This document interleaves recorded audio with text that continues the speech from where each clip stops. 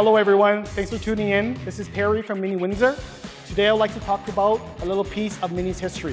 In 1964, the Mini Cooper S won unexpectedly at the 1964 Monte Carlo Rally.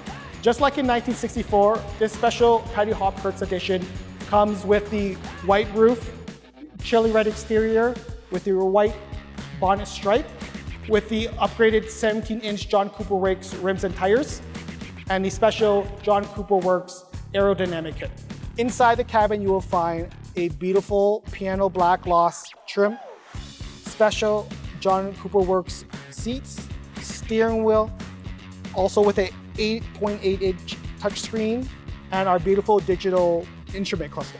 And don't forget, panorama sunroof.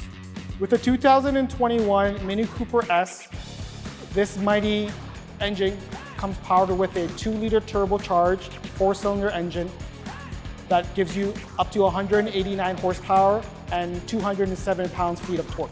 This vehicle also comes with our special 7-speed dual-clutch transmission as well. So who's ready to take home a piece of Mini history? Thank you for tuning in. If you have any questions or would like to set up an appointment to come in, we will be here to help you.